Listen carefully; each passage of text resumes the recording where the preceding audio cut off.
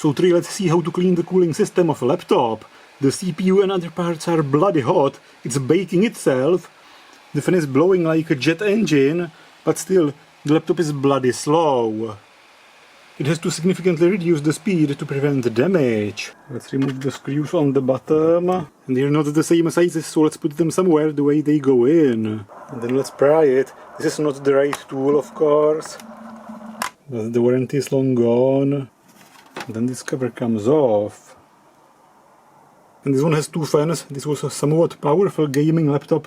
Not that I would waste my time playing computer games, but for video editing it's useful to have a more powerful laptop. And you can see how dirty the fans are. The fans suck the air from the bottom. This is why you shouldn't put it on a soft surface like a bed, because you'd cover the holes. And some laptops have just one fan and one or two openings, but this one has two fans and four openings where the air blows out. This one blows from here and here, and this one from here and here. Let's try to remove this fan cover. This screw already removed, this one, this one, this one, and this one.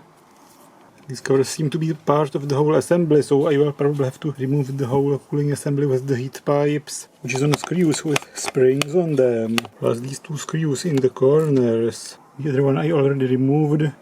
Then this comes off. And of course the main reason the laptop cooling gets so bad over time and it's so hot and so slow are these layers of accumulated dust on these fans. The same here. This blocks virtually all the airflow.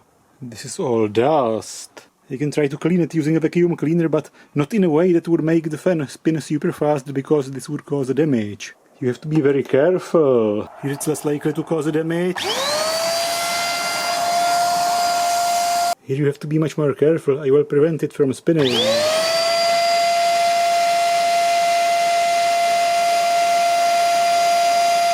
The dust can be so stuck that you have to use a brush and then a vacuum cleaner again, of course. One more brush and vacuuming for the fans.